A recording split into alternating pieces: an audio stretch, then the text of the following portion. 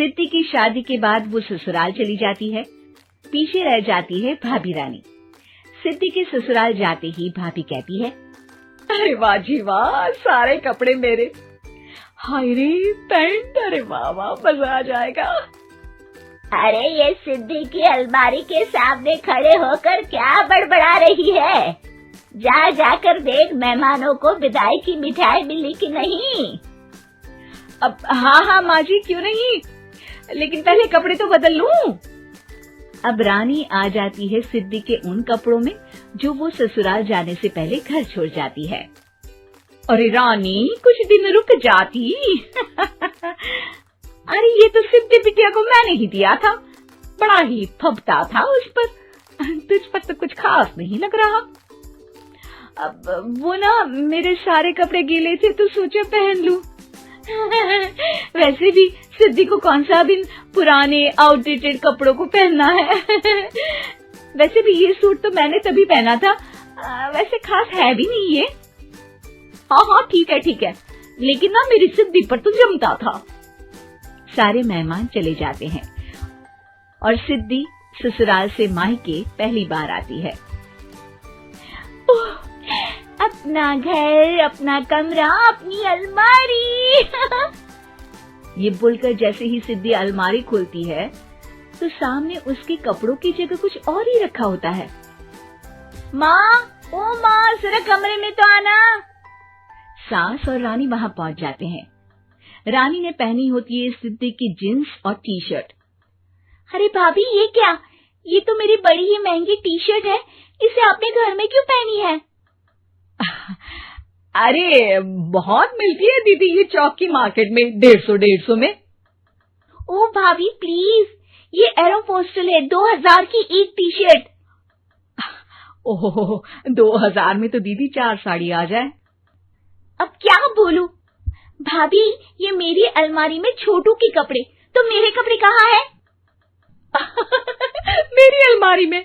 अब दीदी आपको कौन से पुराने कपड़े पहनने थे? माना भाभी, लेकिन मैं जब घर आती तो यही सब पहनती ना। अरे तुम तो बड़ी कंजूस हो दीदी। खैर, वक्त आता है जब सिद्धि ससुराल के लिए रवाना हो रही होती है। अरे रानी, अंदर से सिद्धि का गिफ्ट ले आ, लड़की पहली बार ससुराल से मायके आई है। रानी अंदर जाती है और एक सिंपल सी साड़ी लेकर बाहर आ जाती है। ये लीजिए माँ जी। सास बेटी को गिफ्ट देकर ससुराल भेजती है। अगले दिन रानी एक सुंदर सी साड़ी पहनकर सामने आती है। अरे रानी, ये तो वो साड़ी है जो मैंने सिद्धि को देने के लिए दी थी जब वो ससुराल ले जाती, लेकिन ये तूने कैसे पहन ली? अरे माँ जी, ये साड़ी तो मुझे बहुत पहले से ही पसंद थी, लेकिन चिंता ना करिए, मैंने सिद्धि के लिए भी अच्छी सी साड़ी दी है। हाँ। तभी सिद्धि का फोन आता है। क्या माँ, कुछ अच्छा तो दिया होता ससुराल ले जाने के लिए। अरे पहले दिखा दिया होता। यूं चमकते हुए पैकेट में नौकरानी वाली साड़ी मत दिया करो माँ। अरे बेटे, वो तेरी भाभी ने ना गलती से उससे पैकेट बदल गया। हाँ, मैं कल ही तेरे भाई के हाथ से तेरा वाला पैकेट भेज दूंगी। अरे रहने दो माँ, आई एम श्योर भाभी ने अभी वही साड़ी पहनी होगी जो तुमने मेरे लिए रखी थी। तुम तो समझ नहीं पाई उनको। खैर छोड़ो, मैं ज्यादा बोलती अच्छी नहीं लगती, रहने दो, आपको उन्हीं के साथ रहना है, फिर बात करेंगे। सास को रानी पर गुस्सा आ जाता है। वो उसके कमरे में जाती है जहाँ वो शादी का एल्बम देख रही होती है।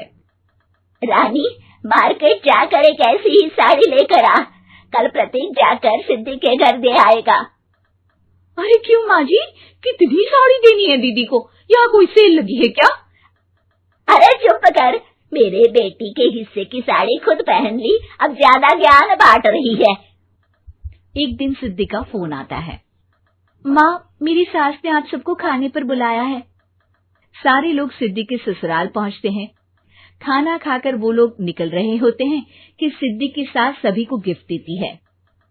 अरे बहन जी, बेटी के घर का खाना खा लिया, यही बहुत है जो आप ऊपर से गिफ्ट भी दे रही है। अरे बहन जी, आप भी कहाँ इन बातों पर विश्वास कर रही हैं।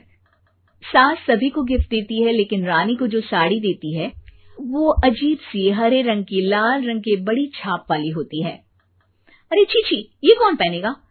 सासू माँ को तो जरी वाली इतनी सुंदर और मेरे लिए ये नौकरानी वाली।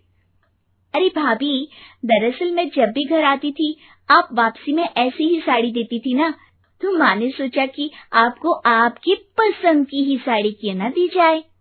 बेचारी रानी, बोलती भी तो क्या।